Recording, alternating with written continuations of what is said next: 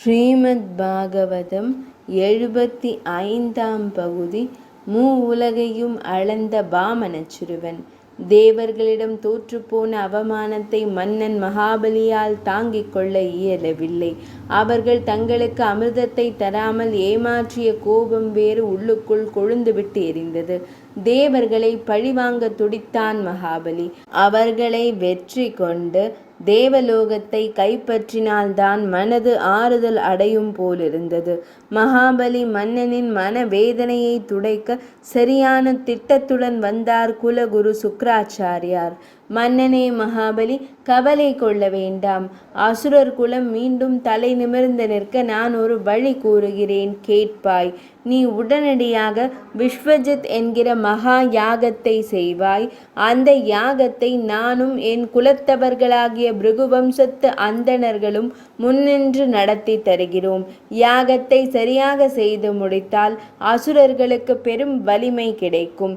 தாங்கள் நினைத்தது நிறைவேறும். சொர்க்கத்தை மட்டுமல்ல, உலகங்களையுமே கைப்பற்றி சக்கரவர்த்தியாக தாம் முடிசூட்டிக் கொள்ளலாம் என்றார்.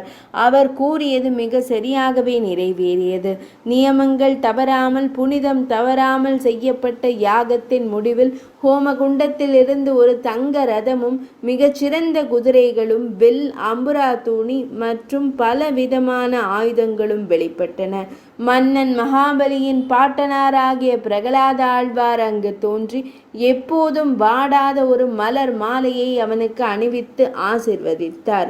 யாகத்தின் மூலம் கிடைத்த அற்புத ரதத்தில் ஏறி சக்தி வாய்ந்த ஆயுதங்களுடன் தேவர்கள் மீது படையெடுத்தான் மகாபலி.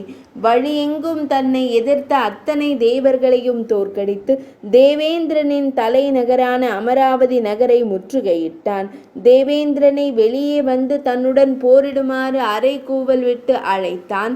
இறந்து போன மகாபலி உயிர் பெற்று எழுந்து வருவான் என்று தேவேந்திரன் எதிர்பார்க்கவில்லை. அசுரர் படையைக் கண்டு பயந்து நடுங்கியவன் தன்னுடைய குருவான பிரகஸ்பதியிடம் சென்று ஆலோசனை கேட்டான்.